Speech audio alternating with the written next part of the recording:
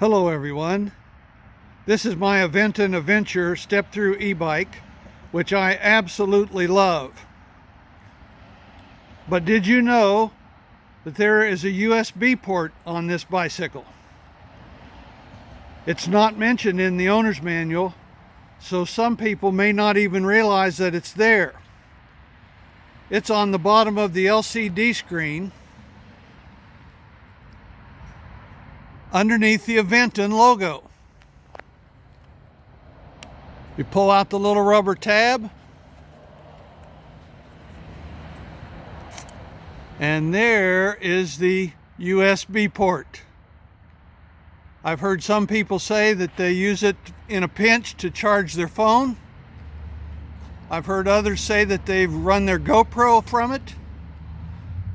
And I've also been told that Aventon says it's only there for diagnostics. So I don't know what the correct answer is, but in a pinch it might come in handy, so it's good to know that it's there. Happy riding, everyone.